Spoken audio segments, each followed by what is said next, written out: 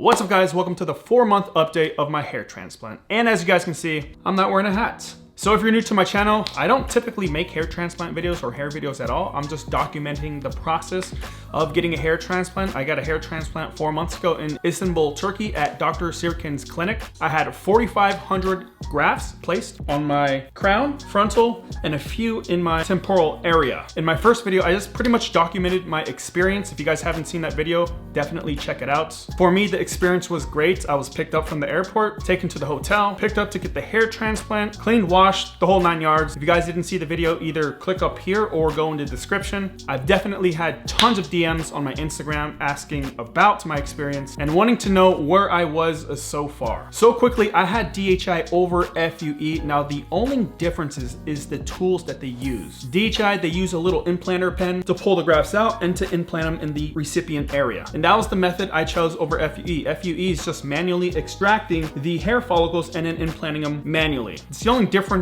that I can really see. And now a pretty popular question is recovery. How is recovery? Recovery was pretty simple. However, I will say for the first 7 days, I had to sleep with a neck pillow and upright like this, pretty much.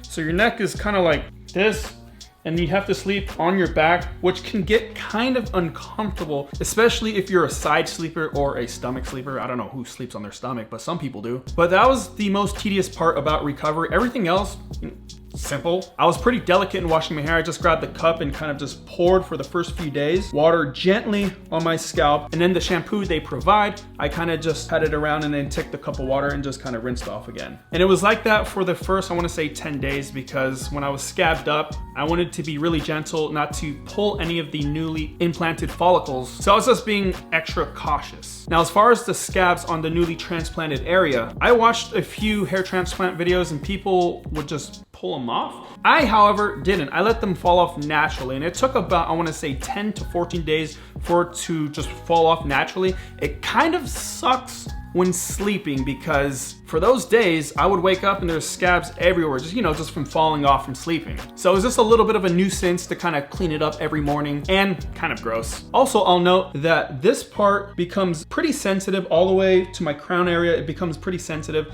It's a little still tender, but it's definitely not what it was. Like, I can still feel just a little bit of tenderness. And I experienced some redness on the transplanted area as well. And everybody just goes through that. So that's something that you're just gonna have to deal with if you get a hair transplant. Now, currently my hair is pretty short, and it's something I kind of regret. I wish I would have just kept it growing after the shedding phase, which is horrendous. The shedding phase is terrible. And that was one of the reasons why I kept my hair pretty short, because I couldn't handle the way I looked. I'll put photos up so that you guys can see. Now, the shedding phase took place for me, I want to say in the first month. I know some people experience it after 2 months, but I definitely saw some shedding in the first month, maybe about 21 days to 28 days. So about 3 to 4 weeks. And the shedding phase for me continued to about 3 months. Now, I did panic a little bit. I was watching videos of other people's experience with hair transplants, and it is very normal to have shedding phases, and it's different for everybody. Some people experience it in the first month. It only happens for a week or two. I experienced it for like 2 months. Hair would grow and it'd fall out, it'd grow and it'd fall out. That's kind of why I was panicking, but it's all about patience and just letting the hair do its thing. Now, I kept my hair short, obviously, because of the shedding, and I waited to cut my hair for about 30 days. Now, I didn't use like a trimmer on my skin. At first, I used scissors and just cut it like this, as short as I possibly can, because I wanted to be careful. And I did that a few times until I was confident with just using a trimmer on number 1 and being extra careful not to rub my scalp too hard. And I kept my hair short for about 3-ish months, a little after 3 months. And now I'm just letting it grow out because my hair is growing pretty fast. Right now I'm 4 months in and it's still a little patchy, but when you're 4 months in, you're only just starting to see some results. And so far I'm pretty happy. Now, I still do wear hats when I go outside or go to the gym. My doctor did suggest that I wear caps for the first 6 months, and that's what I will do. I always wear caps anyway, so it's not a big deal for me. But I will be honest with you, I can't wait to not wear hats. Yes, I like to wear hats, and I've wore hats my whole life, even when I had a head full of hair, but it's nice to not wear a cap when you don't want to. And I can't wait to get to that point. Now I will brief on the gym, and that's a question that I've been asked pretty frequently. How long did I wait to go to the gym? As you guys know, I go to the gym very frequently. It's something that I will do for the rest of my life. It's an important aspect of my daily routine. So I did take the first 14 days off from the gym. You don't want to sweat. You don't want to bump your head. You don't want to lay, especially in the area where you just had a transplant. You don't want to lay that in a sweaty pad that other people have been lifting in. You want to try to be as clean as possible up here. So I did wait 14 days. At first, I did wear a beanie, a really loose beanie, just so I can work out, but I didn't go hard for the first week. I just went to the gym, got a little routine in, got a little pump just to ease my way back into lifting, and I started lifting normally 3 to 4 weeks. And for the products I do use the shampoo that was provided from the clinic, just a bunch of vitamins, biotin, minerals, all that stuff that goes into a shampoo. Now I will be looking for another shampoo as soon as I run out of that shampoo. I still have maybe a few months left of that shampoo, so I will use it all. I'm also using a little spray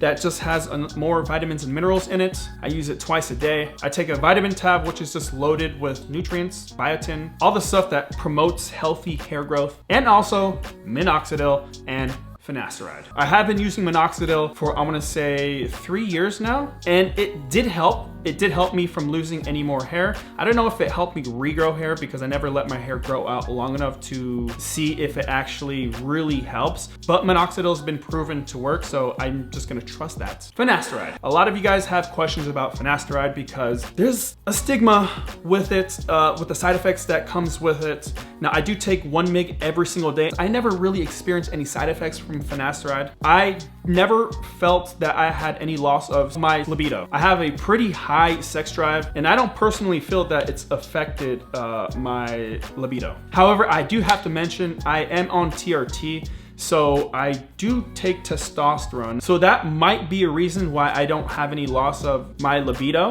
I don't know, because I've been on TRT for the last 5-6 years. So I definitely have to account for that. And I have been using Finasteride for, I wanna say, 1 year to 1.5 years. And I'll continue to use it to get the most out of my hair transplant. Because if I'm already losing hair and I'm not taking any preventatives, I'm probably gonna keep on losing hair if I don't use minoxidil and Finasteride. And for now, at my stage in life, I want to try to preserve as much hair as possible, especially with getting a hair transplant. So I do have photos that I will post up, but I'll give you a close-up look on how the hair looks right now. You're probably not going to see great because the lighting isn't so great in here, but you can see the crown area.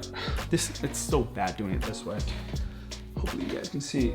The crown area is still growing in. Keep in mind, I'm only at 4 months right now, so I have plenty of time for the hair to just keep on growing and thickening out. The hairline, I think, looks pretty good, especially at 4 months. You can see that it's still kind of patchy and the hair is a bit curly. And that's kind of bothering me at first because I'm like, why is my hair so curly? It's like kind of everywhere right now because your hair is not strong yet. This is literally new hair. I have to let it strengthen, thicken out, and be patient. I'm pretty confident that the hair is going to look great so far from what I'm seeing. I took some shots of my donor area. I'll just upload photos of that because it's gonna be impossible for me to know what I'm shooting. And these are from this morning. I think the donor area looks fantastic. I think it looks great. I feel that if I need a transplant in the future, I'm definitely open to it. And I feel that I have enough donor supply for a second transplant, for more volume if my crown doesn't grow the way I want it to grow in, or for when my native hairs start to leave. Let's hope the preventatives stop that from happening for as long as possible. So far, for being 4 months in, I'm pretty happy with my results. I'm going to let the top just to keep growing. I'm going to try to keep the sides not short, but trimmed up. So, you know, I'm not looking like Aquaman or something. I definitely want to see what's going to look like a little longer. Plus, I'm in the growth phase. Right now, I want to say I'm maybe 20-30% of hair growth. So I still have lots of time for the real hair growth. I can't wait to see when it thickens out and it matures a little bit. I will update you guys at 6 months to show you what it looks like when my hair is a little longer from this. I'm sure it's gonna look a lot different. I should be, I don't know, 50% in at the 6-month mark. So I'll definitely see you guys then. And one more quick note, cost. Now, I wanna say the cost is gonna be different. I said that in my last video, the cost is gonna be different from everybody. So if you guys are curious of what it's gonna cost you, the information is in the description. There's a WhatsApp number, so if you guys are curious to know how much much the hair transplant is going to cost you, depending on where your hair loss is, go ahead, shoot them a message, send pictures of your hair, and that's going to be the most accurate information I can give you for that, because it's not going to be the same